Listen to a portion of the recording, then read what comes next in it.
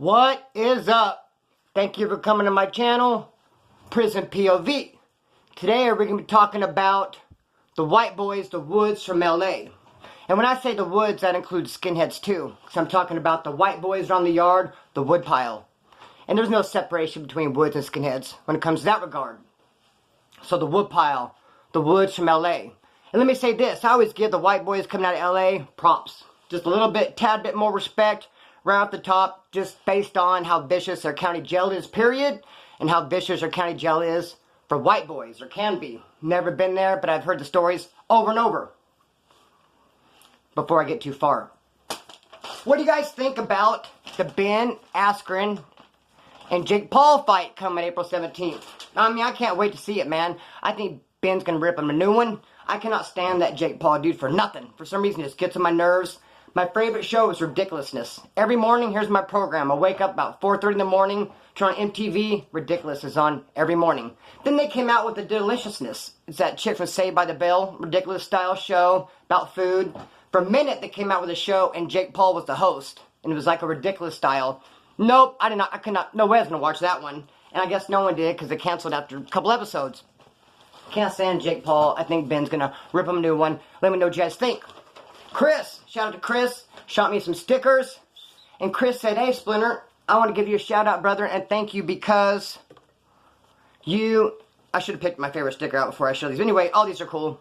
Thank you, Chris. Chris said to me, homeboy, you shot me some stickers on the strength, I appreciate it. I put them on my laptop and this and that. I got a new laptop, I want more stickers. Chris, brother, the first ones are free always. After that, you gotta kick in. I'm clowning, just joking. Of course, brother, I'll send you more stickers. Shout out to Middle Earth. Gave me a blessing. I appreciate it, brother. And also, shout out to South Bay Bo from LMP. He shot me a blessing as well. And what a coincidence. He's from LA, and I'm going to do an LA video today. I know a lot of dudes from LMP, Lumrada Punks, and every single one I've ever met has not only been solid, but a cool dude. I'm in contact with Boxer. We were going to go to a show, but I guess it got canceled. And I've done time with Loud. He's a cool dude. Cool clique, man. One of the many cool cliques, they're in LA. A lot of good dudes coming out of there. So, had Selly, Wasco Reception. He's from IE, but he came through LA County. He said the dorm he went in, he was the only white dude. Not a single other white dude. So he's in there one day and he's talking to somebody, and there's a table behind him, and he kind of backs up. He was standing for a while talking, he kind of leans on the table, kind of half sits and half leans. When he's telling me the story, I'm thinking, well, there's no sitting on tables, you know. There's your first mistake, because that's where the trays go. You eat off tables. No one put no one's ass there. But hey, I don't know. When there. Could have been a table for sitting. Be that as it may. He kind of half sits, half leans on a table, and some Southsider was drawing a paper. Not any Southsider, one of the main dudes to that building. So he's drawing a piece of paper, and the homeboy like sat on it and crinkled it. Dude got all mad at him. So what the fuck? You sat on my paper. And then dude goes, well, I don't have eyes in the back of my head. And made it even worse. He said they all start grouping on him. He said they're going to get him, man. He was like, damn. No one there to have his back, only white dude. And then he overheard them talking, saying, don't use metal on him. You know, just a fist on this one. He's like, well, gee, thanks. You're going to do me that bottle, huh? That favor and not use no metal. Anyways, yeah, he said it was hardcore. So, shout out to the LA white boys, man. The thumbnail. Loyalty 213. I got that in my first term. There's a dude from Downey. He got tattooed on his stomach. Loyalty 213. Now, he never said he was a UFC fighter. You've heard me in my videos. A lot of people seems like a prisoner. Everyone's like, I'm a UFC fighter. This dude never said that. However, his ears, they screamed it. His ears were like, pro fighter! His ears screamed UFC fighter. Never said it with his mouth, though. I don't know what makes an ear turn like that. Cauliflower. I don't know if it's just hours and hours in the mat. I don't know if it's getting a twist fist. Getting popped so many times in the ear. But after people fight for a long ass time, they end up getting that ear. Cauliflower ear. And this dude had it.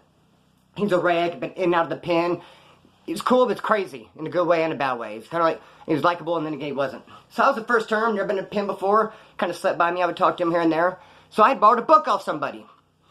I was on my way to return this book to him. And dude from Downey, Loyalty 213, says, hey, let me see that book. What are you going to do? I said, I'm going to return it to the dude I borrowed it from. He goes, let me see it first. He goes, I'm a fast reader. I was like, all right, sure. So I gave it to him. He was a fast reader. You know, he brought it back to me pretty quick a couple days later. But when he handed it to me, it was held together by a rubber band. And I get it. I'm like, so we're not friends then. I guess we're not friends. Because, I mean, what is this, bro? I mean, Granted, it wasn't in the best condition when I gave it to you. It had been read several times. But man, certainly none of the pages were missing. It wasn't held together by a rubber band. Got me in a cross. And let me just say, I had to learn a lot of lessons the hard way. Now, later on down the road, hey, Splinter, let me borrow that book. No! No way. Maybe if you're my good homeboy, but not just some dude I met over a cold bowl of mush. No, I'm not doing anybody any favors. So, be that as it may. Now I'm at Wasco Reception, one of the dorms. Sleeping next to me is a rebel from Long Beach. Good-ass wood. Both of us were on the top bunk. Both of our bunkies were on the bottom bunk. We're leaving Monday. And we'd been, Rebel and I both been there about a week or two. And we're on the top bunk, we'd always talk. We were excited over the fact that Monday morning, both of our bunks are leaving, we're going to drop down to the bottom. Because it doesn't matter, you're in bed 157, only the cops know high or low if you're on the top or bottom. All we know is when we come in bed 157, when you first get there, you're on top, and then when your bunkie leaves, you go to the bottom. That's how it works. We're pumped up to drop down to the bottom. Then all of a sudden, that Monday morning, we get new dudes, and the dude walks in, Rebel's bunkie, and tells him, hey, I need to get bottom bunk. I have like a mental issue. And he's like a big, tougher dude, too. I have a medical issue. I need to get bottom bunk. Pardon me, please. I need to get the bottom bunk. So I was like, damn, he ran with it. Like, he wasn't going to go ask the cops. Does this dude have a bottom, bottom bed, corner or whatever? He didn't want to check out, but he was like, fuck, shit. So he just stayed on the top, dude on the bottom. They didn't like each other. Now, our dorm was working in the kitchen. They were working in the kitchen. I was not. And it sucked because after you go to diagnostics, they give you a little pink piece of paper. And it says whether or not you're cleared to go work in the kitchen. I got mine, used it for scratch paper, I think Pinnacle scorecard or something. Then when they said, hey, turn your IDs, we're taking volunteers for the kitchen, and I did it, and they want to see your card, your paper that you cleared, mine had writing on it, they wouldn't accept it. Which they could have accepted it. They didn't. I couldn't work in the kitchen. I was fucking bummed out. One day, though, Rebel comes back. Day room is closed, we're on our racks. They come back, all the workers come back, they get to shower. Rebel comes over to the bunk area, getting his stuff to shower. He was like at the front of the line. His bunkie was way back there. Rebel comes in, he grabs his bunkies, the bed off the bottom rack, and throws it on the floor, walking on it and everything. Grabs his off the top and puts it on the bottom, then grabs the one off the floor that he'd been walking on and everything, puts it on top. Then went to the shower. I'm like, whoa, that's way outside the norm. What just happened? Everybody in our little radius of like the 3-bunk radius in every way, like sat up and started paying attention, like this is going to be a good one. What the hell just happened? Like Rebel to switch bunks? Whoa, something happened. So they come back, take their showers. Rebel sent down, talked to me. Dude's up on top. Now he's on the top now, reading a book. And Rebel starts telling me what had happened at the kitchen. Everyone's listening. Like I said, everyone's like paying attention, ear hustling, act like they're not listening, but they are, because this is going to be a good one. And the dude, he's on top reading. You ain't reading. I've been in that position too, when shit's going on around you, and you're trying to pretend like you're reading. It's like, the dog went over to the tree. Dog went over the tree. Keep reading the same line over and over. Dog went over the tree. Because you can't retain nothing. Rebel's like, dude, we're at the kitchen. We're eating. This dude, this fool, had ate already. His tray was empty. So I moved his tray and sat down where he was sitting. I figured he was done and gone. And he came at me and got at me sideways. I was thinking, I wonder if it's subconscious. Rebel took a seat because dude took Rebel's bed. So like in the kitchen, took a seat. I don't know. But he said he wanted to sit there. The tray was empty. Figured he was done. Moved it, sat down. Dude came and got sideways. Rebel just jumped up. Didn't want to talk about it. Popped him one. Dude didn't even fight back. Just went about his business. So Rebel said, fuck that. I'm getting the bottom rack. So he's sitting there saying, I told dude after I popped him, you can get your run back. There's more of that if you want more of that. There's more where that came from. And dude's up there. The dog went over to the tree. And he's saying jack shit. I'm like, whoa, this is not good. Something's going to happen. Oh, boy. Sure enough, the next morning, I do was from Fresno, too. Next morning, his homeboys pulled in the corner, jumped him, and he was fucking out of there. I don't know if he was out of there for, probably out of there for getting popped and didn't fight back. But also out of there, just got punked for their bed. The way Rebel took his mat and walked on it and all that shit with those kitchen boots. So yeah, he was gone. Rebel was next to me again, and we were always talking and kicking it. Good dude. Shout to Rebel from Long Beach. Trip on this, man. I'm at Mesa Verde CCF. Here's this youngster. I had a lot of love for him. He was not the prison type. I bet he didn't even come back to prison after that. He reminded me like of a skateboarder. He didn't get no tattoos. He didn't want none. Didn't have a nickname. I'm the one that called him youngster. How we start talking to kicking it because he slept across from me. Mel would come and pass him right on up. He would get a letter and he'd come over to me. Splinter, like, what the fuck? My lady's not keeping in touch. I'm like, homeboy, it's different out there, man. Time moves different. In here, slow as molasses out there. It's fast, brother. Like, they space it. Don't take it personally. You'll hear from her. Don't trip. So I would have to comfort him stuff. He was really bummed out. No one was writing me, so fuck it. I didn't have no lady to even not write me, so I wasn't worried. It could be better doing time without anybody, because then you have no expectations. Be that as it may. One day, these were 3 racks. I'm talking to the dude next to me. It's a south side. He's laying down. He's in the middle rack. He's from Bakersfield. Him and I are talking. I'm like, shut the fuck up. I'm like, you're stupid, fool. Horse playing, using that kind of language. Like I said, learn my lesson her way. Never to do it again after this. Don't talk to another race like that. Don't talk to anybody like that. Really, shut the fuck up. You're stupid. But I was like, we're having a little disagreement talking. I'm like, you're stupid, fool, man. Shut the fuck up. I heard someone say, you shut the fuck up. You're stupid. I'm like, turn around and look. It was a Southsider. Pushed up on me. About 5 of them behind, 5 Southsiders behind him. He's like, you're stupid. You shut the fuck up. I think, whoa, like this isn't good. Before I can even react, Southsider I was talking to on the middle bunk, who I said that to, jumped up and got between us like, no, he's my homeboy, we're joking, it's all good. But dude was talking over his shoulder, like, nah, this motherfucker needs to quit messaging me. Like, no, you're stupid. I couldn't react. Just telling me I was stupid for me to shut the fuck up. Dude was trying to break it up and make it cool. I'm gonna give him action. I mean, if he could break it up, I don't really want to go any further. It was me and the youngster, and he was reading a book when all this happened. And that fool put his book down and jumped up, like involved himself. He was involved anyway, it was white, but he threw himself right in the mix.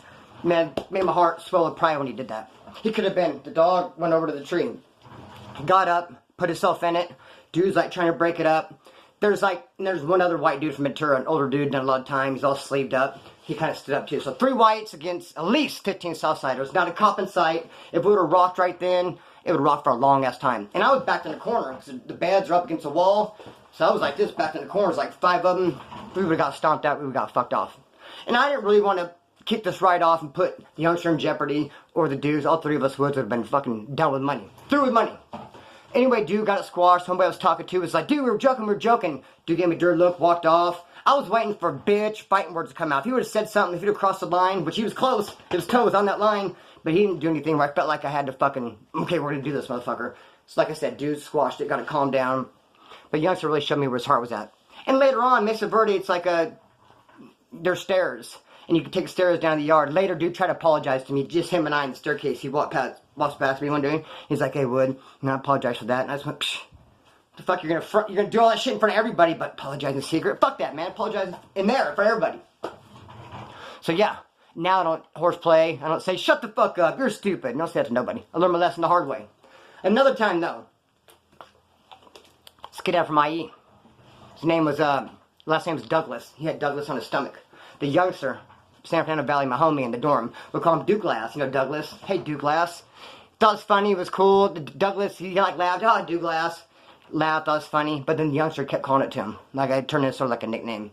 And one day, the dude had enough, got pissed off. It's funny when it's us talking, it's me, the youngster, and Douglas. But then there's other people around, 10 other people, we're like outside for everybody. Hey, Douglas.